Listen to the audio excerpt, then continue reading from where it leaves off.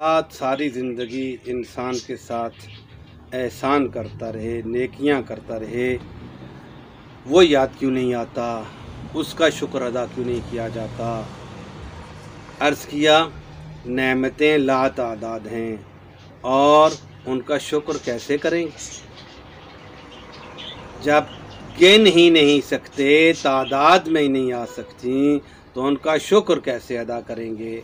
शुक्र भी तो नहीं कर सकते। लातादाद का शुक्र लातादाद होता है और इंसान लातादाद शुक्र नहीं कर सकता। जो भी शुक्र करेगा वो किसी तादाद में होगा। और शुक्र कैसे करेगा। फ़र्ज़ कीजिए इंसान शुक्र ज़बान से करता है, शुक्रन लिल्लाह, अल्हम्दुलिल्लाह, तेरा शुक्र है मालिक, तो इस ज़बान का शुक्र किससे अदा करेगा। एक और ज़बान चाहिए ज़बान का, इस ज़बान का शुक्र अदा करने के लिए। चलें हम कहते हैं इस ज़बान का शुक्र वो तसव्वुर से कर लेगा, वो अक़ल से, वो जहन से कर लेगा, तो फिर भी इस अक़ल का शुक्र अदा करने के लिए कहाँ जाएगा। इंसान शुक्र नहीं कर सकता, किसी भी सूरत में नहीं कर सकता। जो भी करेगा मादूद सा शुक्र होगा, बहुत थोड़ा सा शुक्र होगा, कहाँ उसकी नेमतों का शुक्र कर सकता है।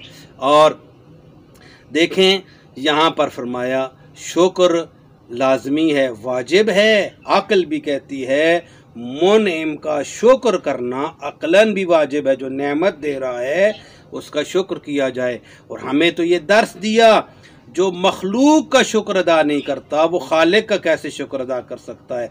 हमें कहा जब भी कोई तुम्हारे साथ एहसान करे शुक्र अदा करो ताकि तुम्हें शुक्र की आदत हो।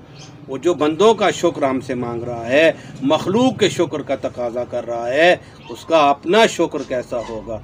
बस उसका शुक्र किया जाए। लेकिन ज़बान से जो शुक्र है वो मादूद करेंगे हम, जितना भी करेंगे और पूरा नहीं कर सकेंगे उसका शुक्र। क्या फ़कत यही शुक्र मांगा है। यहाँ ज़बान का अगर शुक्र ज़ेरे बास लाया जाए तो ये सवाल पैदा होगा, एक इंसान ज़बान से शुक्र कर रहा है लेकिन आंखें नेमत हैं, इनसे नामारम को देख रहा है, इनसे मायूब चीज़ों को देख रहा है, इनसे अल्लाह की हदों से क्रॉस करके देख रहा है, लेकिन ज़बान से शुक्र कर रहा है। कानों से वो सारा कुछ जो कुछ मना किया था सुन रहा है, ज़बान से वो सारा कुछ कह रहा है जिससे मना किया था, वो बदअखलाकी, वो गीबतें, वो झूठ, वो तोहमतें, वो इल्ज़ाम, वो तरह तरह के गुनाह ज़बान से कर रहा है, तो साथ शुक्र भी कर रहा है। क्या ये शुक्र मुराद है। इब्तिदान क्या ज़बान का शुक्र मुराद है या नहीं है शुक्र से जो अल्लाह ने मांगा है। हकीकत में ये ज़बान का शुक्र मुराद नहीं है। हकीकत में जो शुक्र मांगा गया है, जिस शुक्र का तकाजा किया गया है, वो शुक्र क़ल्बी शुक्र है, ज़बानी शुक्र नहीं है। ये ज़बानी शुक्र मजाजी शुक्र है। वो हकीकी शुक्र मांगा गया है। हकीकी और वाकई शुक्र क्या है। अल्लाह ने हमें जो नेमत अता की है, जो नेमतें अता फरमाई हैं, हर नेमत को अपने अपने मकाम पर खर्च करना हकीकी शुक्र है, अमली शुक्र है। अमल से शुक्र मांग रहा है खुदा, अमल से शुक्र करो मेरी बारगाह में, अमल से शुक्र है। आंखें दी हैं अगरचे ज़बान से शुक्रन लिल्लाह अगर कहा है तो अच्छा है। ये एक शक्ल ज़ाहिरी है, ये शक्ल सूरी है फ़कत। अगर आप ज़बान से कह दें अच्छी बात है, लेकिन हकीकत शुक्र क्या है। जिस काम के लिए ज़बान दी थी, ज़बान को वहाँ खर्च करें, जिस गरज के लिए आंखें दी, आंखों को वहाँ खर्च करें, ये शुक्र है। आप और मैं अगर नामहरम को नहीं देख रहे, एक दर्जे का शुक्र अदा कर रहे हैं। जिस जिस चीज़ से रोका है उससे रोक रहे हैं, नहीं देख रहे उसको शुक्र अदा कर रहे हैं। जिससे रोका है नहीं सुन रहे उसको आँख कानों का शुक्र अदा कर रहे हैं।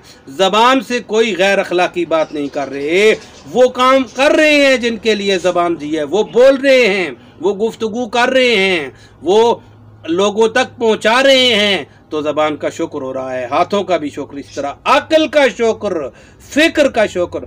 फ़िक्र जो दी है क्या अक्ल किस लिए दिए, क्या फिक्र करें, क्या सोचें, अगर वो सोच रहे हैं, अक्ल का शुक्र कर रहे हैं। बस इसी तरह कायनात में जो नेमतें दी, बेटे दिए, बेटियां दी, माँ बाप दिए, औलाद दी, जो कुछ दिया, कुर्सी हो, इक़्तिदार हो, माल हो, दौलत हो, जो कुछ भी दिया, अगर उसको जिस गरज के लिए दिया था, जिस मकसद के लिए दिया था, जिस काम के लिए दिया था, वहाँ ही खर्च कर रहे हैं अमीन बनकर, तो हम अल्लाह का वाकई शुक्र अदा कर रहे हैं। अगर ऐसा कर रहे हैं तो फिर तवक्को रखिए, नेमतों की बारिश होने वाली है। अल्लाह अपने ख़जानों के दरवाजे खोलने वाला है। और कहा इस तरह शुक्र अदा करो, मेरा अमली शुक्र अदा करो, हकीकी शुक्र मांगा गया है। और यह हकीकी शुक्र ला तादाद नेमतें दी। हमारा मौजू चूँकि इस्लाम था, इस्लाम बज़ाते ख़ुद बहुत बड़ी नेमत है। इस्लाम के ज़िमन में हमारा जो ज़ैली मौजू था वो इमामत थी। इमामत बहुत बड़ी नेमत है खुदा की, और फिर उसके साथ ईमान अल्लाह की बहुत बड़ी नेमत है। लेकिन हर चीज़ की एक मबदा है, हर चीज़ का एक सरचश्मा है जहाँ से कोई चीज़ फूटती है, निकलती है। आपको और मुझे शायद अभी तक, आज तक हमने गौर न किया होगा ये ईमान कहाँ से आता है, कहाँ से फूटता है, कोई चश्मा है इसका सर चश्मा क्या है, तो आपको पता चलेगा। अगर आप पैगंबर के उस फरमान पे जाएंगे जब पैगंबर ने फरमाया था खंदक के मैदान में, बरज़ल ईमान कुल्लुहु इलल कुफ्र कुल्ले, आज अली कुल्ले ईमान बनकर कुल्ले कुफ्र के मुकाबले में जा रहा है।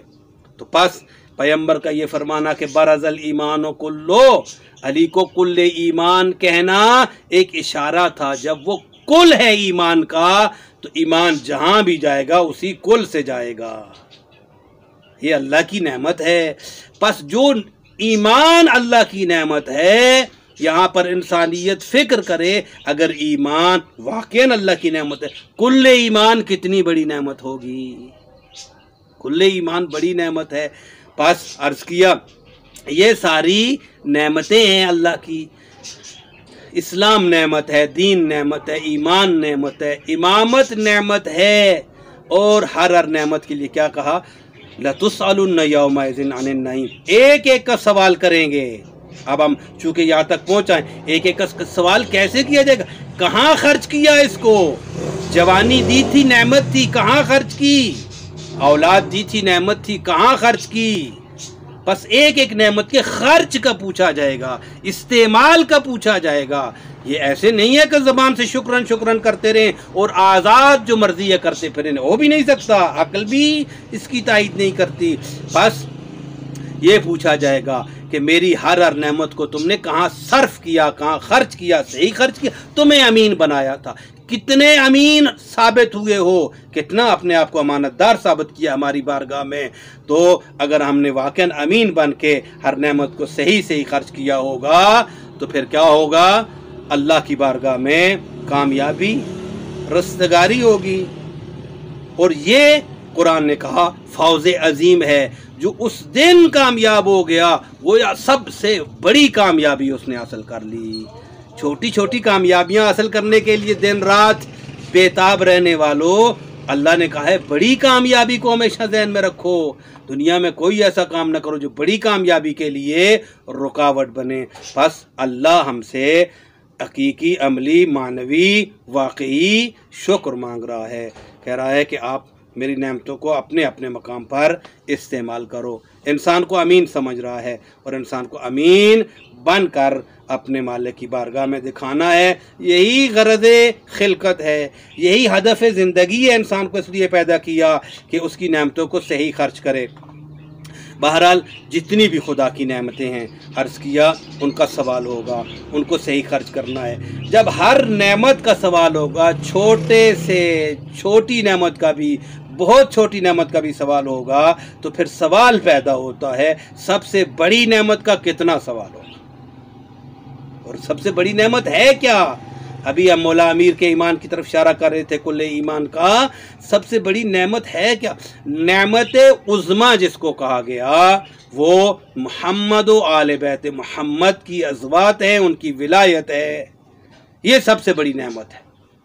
मोहम्मद व अली व फातिमा व हसन व हुसैन इमाम ज़ैनुल आबिदीन अलैहिस्सलाम, इमाम बाकर, इमाम सादिक, इमाम मूसा काज़िम और रज़ा, तकी और नकी, अस्करी और इमाम ज़मान अज्जलल्लाह फ़रजहु शरीफ, ये खुदा की सबसे बड़ी नेमत है। नेमत उज़्मा इसको कहा गया।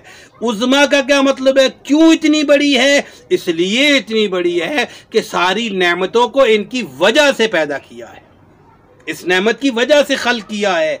अगर ये नेमत खल्क ना करता, किसी नेमत को वजूद में न लाता, बस अगर छोटी से छोटी नेमत का भी शुक्र है तो सबसे बड़ी नेमत का शुक्र क्या होगा? अर्ज किया, हर नेमत को अपने मकाम पे खर्च करना उसका शुक्र है। विलायत जैसी नेमत हमें दी, इसको अपने मकाम पे खर्च करना है। बस ये जितनी नेमत दी थी इस निज़ाम अनफोसी में और इस निज़ाम आफाकी में, वो कहा था ला तादाद नेमतें तुम्हें दे दी हैं और ला तादाद मेरे पास नेमतें रखी हुई हैं। कहा ये सारी नेमतें क्या थीं? हकीकत में इशारा हैं उस सबसे बड़ी नेमत की तरफ जिसकी वजह से इन नेमतों को खल्क किया है। फरमाया अगर उस नेमत को सही इस्तेमाल करोगे, विलायत जैसी नेमत, ये विलायत जैसी नेमत को खर्च कैसे करना है? वो मौला हैं, वो आका हैं, वो सरदार हैं हमारे और हम उनके गुलाम हैं। बस कैसे खर्च करना है?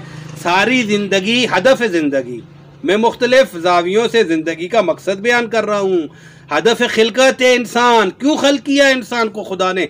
खुदा बहुत बड़ा हकीम है जिसने कायनात की छोटी से छोटी चीज़ भी बेमकसद खल्क नहीं की। मा खलकता हाज़ा बातिला, परवरदिगारा तूने कुछ भी फजूल और अबस खल्क नहीं फरमाया। बस इंसान तो कायनात में 18,000 मखलूक में अफजल तरीन मखलूक यही है, बल्कि सारी मखलूक का सरदार और सुल्तान और बादशाह यही है। तो इसको तो बहुत बड़े मकसद के लिए खल्क किया होगा, चूँकि सारी कायनात को इसके लिए खल्क किया था और इसको अपने लिए खल्क फरमाया था। और वो अपने लिए किस तरह खल्क फरमाया था? कहा तेरे मौला बना रहा हूँ, तेरे वाली, वली, आका, सैयद, सरदार बना रहा हूँ, तूने इनका गुलाम बन के रहना है। और यही बात तो गदीर में हुई थी।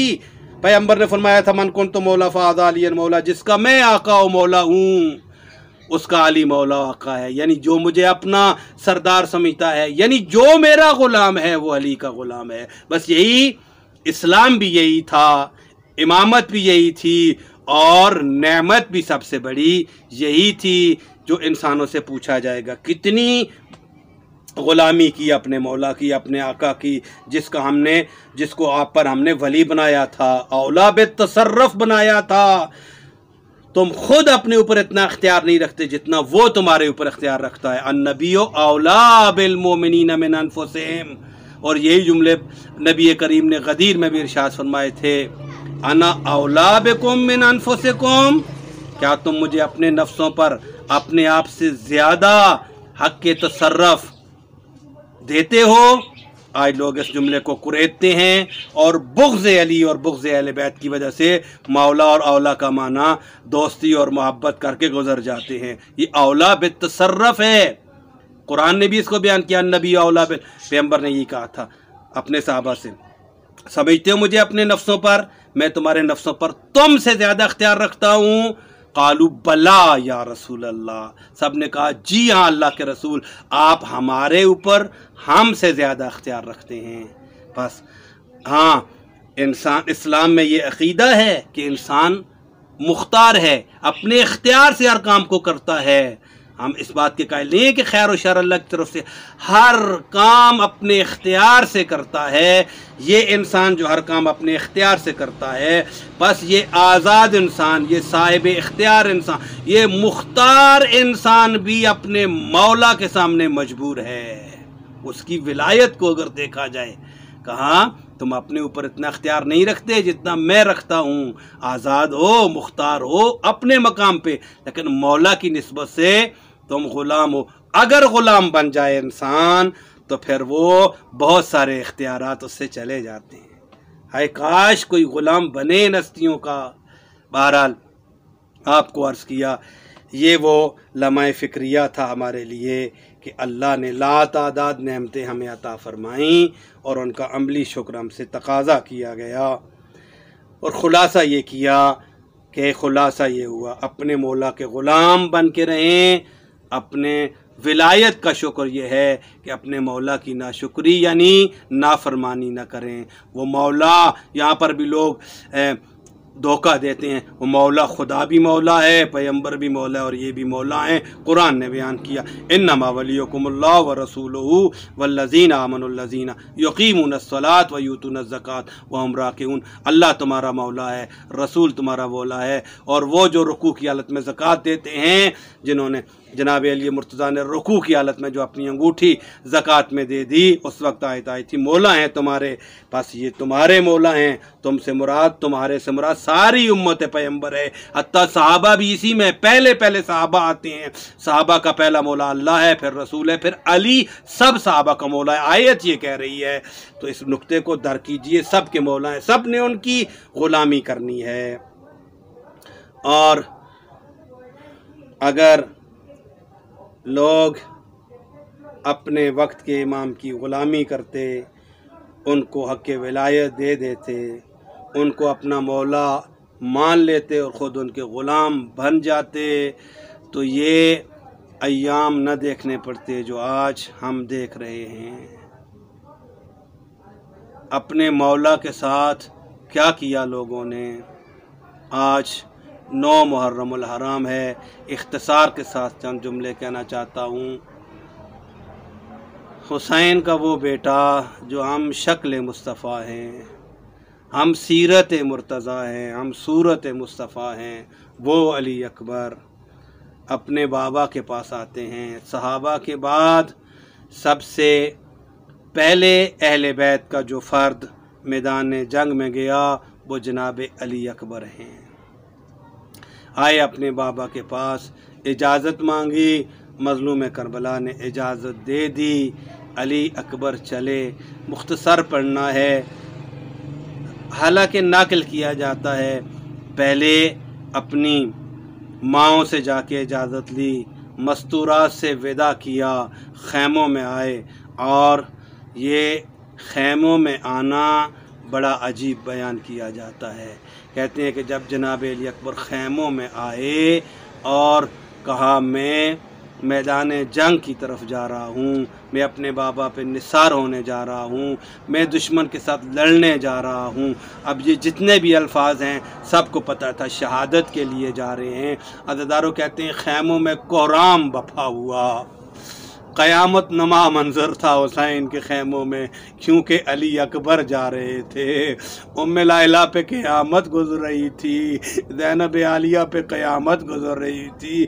जनाब सकीना के एहसासात कोई बयान नहीं कर सकता। हत्ता यहाँ तक लिखा जब जनाब अली अकबर खैमों में गए, मातम की सफ़ बिछ गई, बीबियों ने मातम करना शुरू किया, सर में मातम किया, सीनों पे मातम किया।